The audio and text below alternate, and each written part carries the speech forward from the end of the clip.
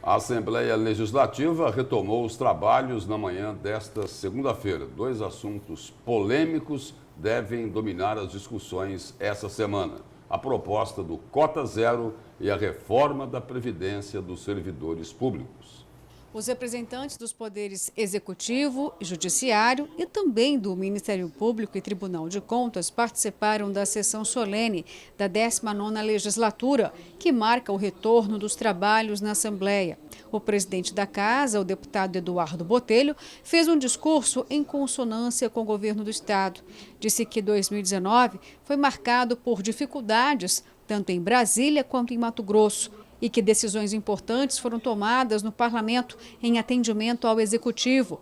Falou também sobre polêmicas que já batem a porta, como Cota Zero e Previdência. Temos projetos polêmicos, Cota Zero, temos o projeto das regras da aposentadoria, provavelmente vai chegar no segundo semestre um projeto também novamente de reforma tributária, então são projetos que vão ser discutidos nesse ano na Assembleia Legislativa. O projeto Cota Zero, que talvez retorne como Transporte Zero, deve ser apresentado apenas após a conclusão de um estudo técnico encomendado pela Assembleia. Aí nós vamos apresentar para os deputados, para as comissões e aí prosseguir as votações. Nós não temos mais também que ficar, quer dizer, tem o estudo, cada deputado vai formar a sua opinião e vai apresentar emendas, evidentemente, substitutivos, você vai ter.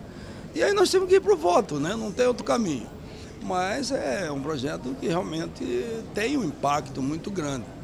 Eu diria até para você que fizemos uma pesquisa também para ver. Existe apoio da população, grande maioria apoia, mas existe também aqueles ribeirinhos, aquelas pessoas envolvidas que também são contra e que vai ser mais prejudicado e que está mais envolvido diretamente com o resultado do projeto. O secretário-chefe da Casa Civil representou o governador Mauro Mendes, que está em viagem, mas antecipou que Mendes deve ir à Assembleia nesta próxima quinta-feira e fazer uma espécie de prestação de contas.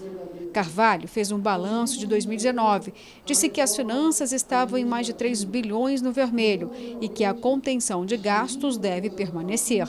O corte de despesa, a redução de custos da máquina, ela é feita diariamente, vai ser feito nos 4 anos da gestão, não é num período só. Nós vamos estar sempre focados na redução de custo, na redução do custo da máquina todos os dias durante os 4 anos. Então esse ano, com certeza, deve haver sim mais cortes, mais redução de despesas, mais renegociação de contratos.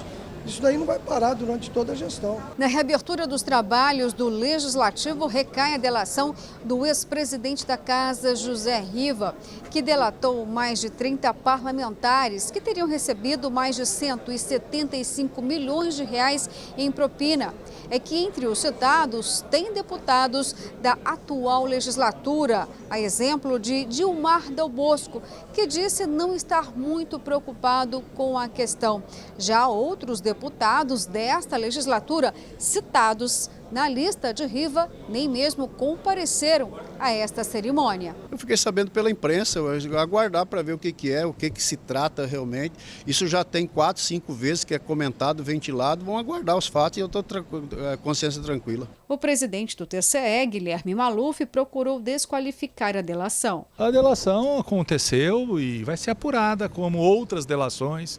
Como todo mundo que é condenado nesse país faz uma delação para tentar reduzir a pena. O presidente da Assembleia disse que pagamentos de propina são coisas do passado na casa. Coisa que passou até 2014, nós estamos em 2020.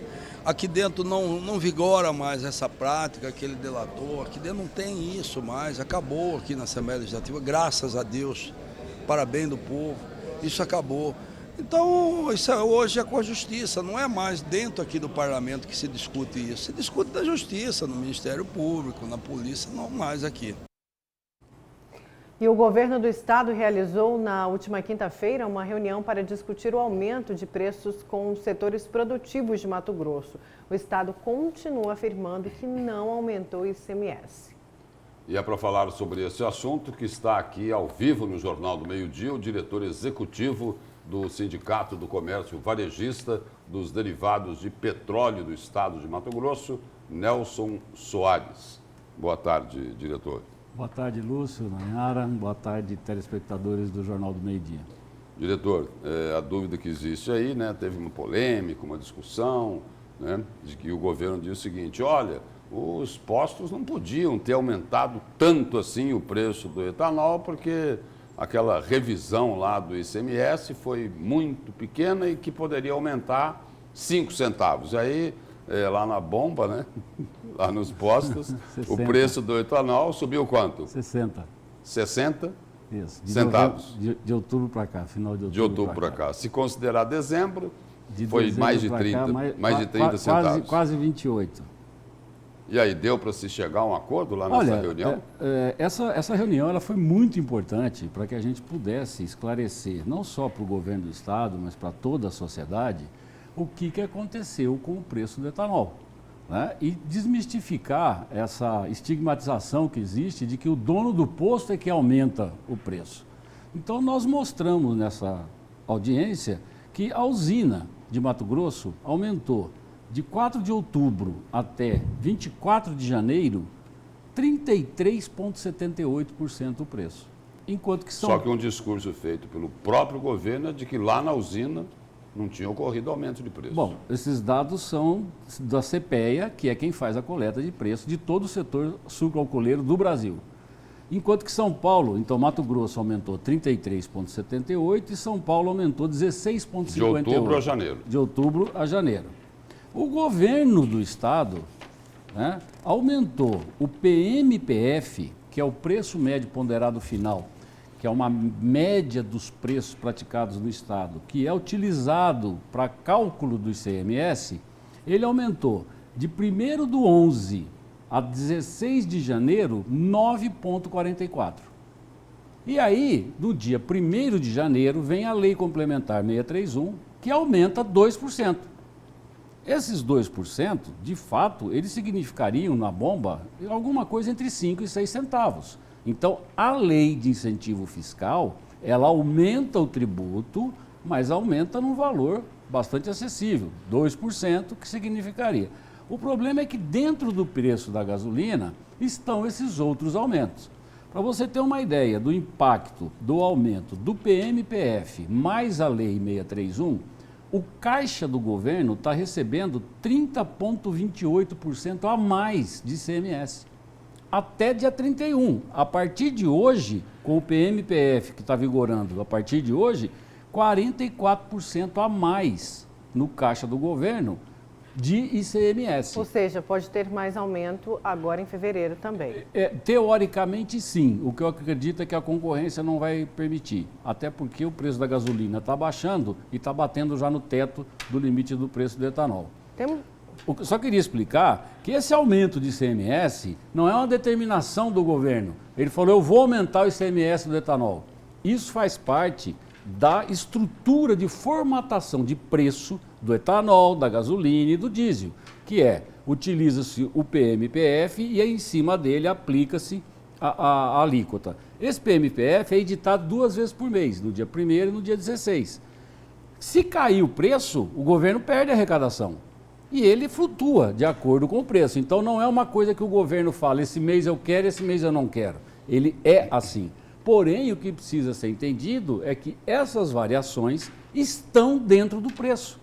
E lá também na oportunidade, Lúcio, eu pude mostrar qual é que foi a variação do preço nas bombas. Então, Cuiabá teve um aumento de 25,25% no preço da distribuidora e na margem do posto aumentou 32,88%. Várzea Grande teve 22,98% e na margem do posto aumentou 23,79%. Nós estávamos, nesse período, com 13,31%. Lembra daquela conversa que tem dos 20%? Os postos de Cuiabá estavam com 13,31% e foram para 14,12%. Os de Várzea Grande estavam com 12,03% e foram para 12,10%. Ou seja, não houve nenhum aumento abusivo por parte dos postos.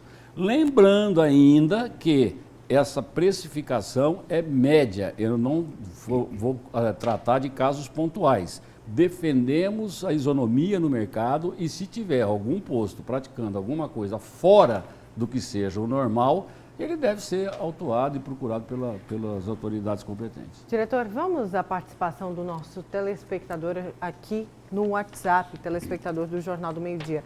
Por que as usinas não podem vender o etanol diretamente para os postos de combustíveis? O Júlio pergunta, por que tem que passar pelas distribuidoras? Então, essa questão é uma questão muito maior do que simplesmente eliminar o passeio, do qual a gente é contra.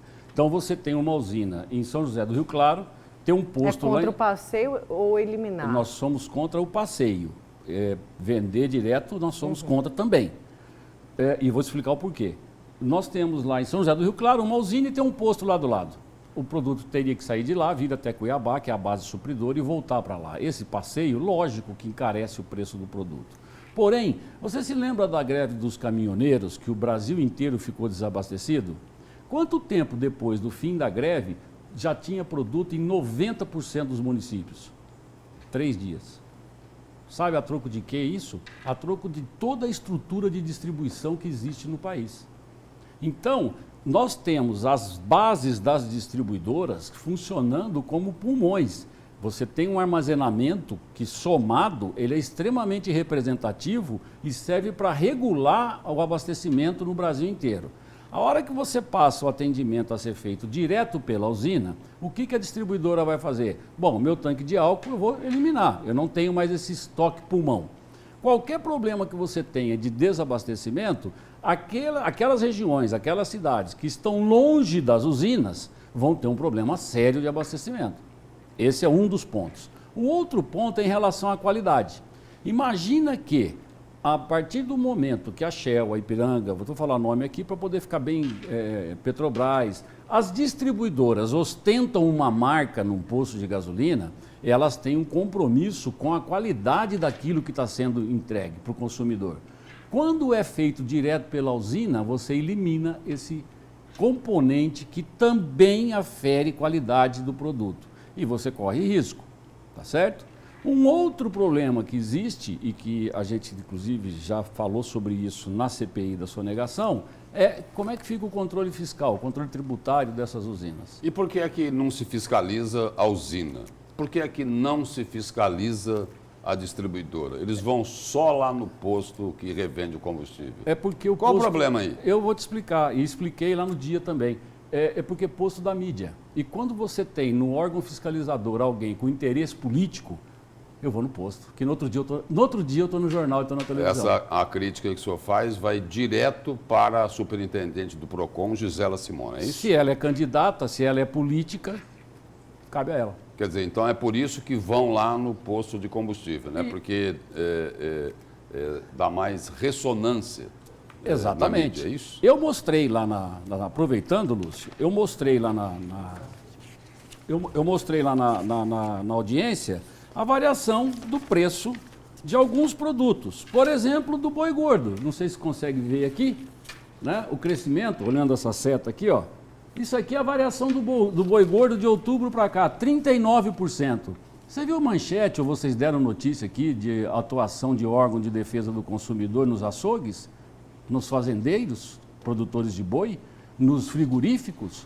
Eu mostrei lá a variação do preço... Não é porque a carne estava indo para a China? Vai, mas e daí? O preço subiu. E cadê a fiscalização? Essa aqui é a variação do preço do milho. Olha aqui, ó, 30%. Alguém viu algum órgão de fiscalização na porta de uma fazenda de produtora de milho perguntando, você não pode subir porque o teu custo de produção não subiu isso? Conclua como você achar que deve. Obrigada, viu, diretor, pela sua participação. Eu que agradeço mais esse espaço da gente mostrar que os donos de postos são uma classe extremamente trabalhadora, séria e que precisa ter mais respeito em relação às acusações a que são submetidos. Obrigado pela presença aqui no Jornal do Meio-Dia. Obrigado.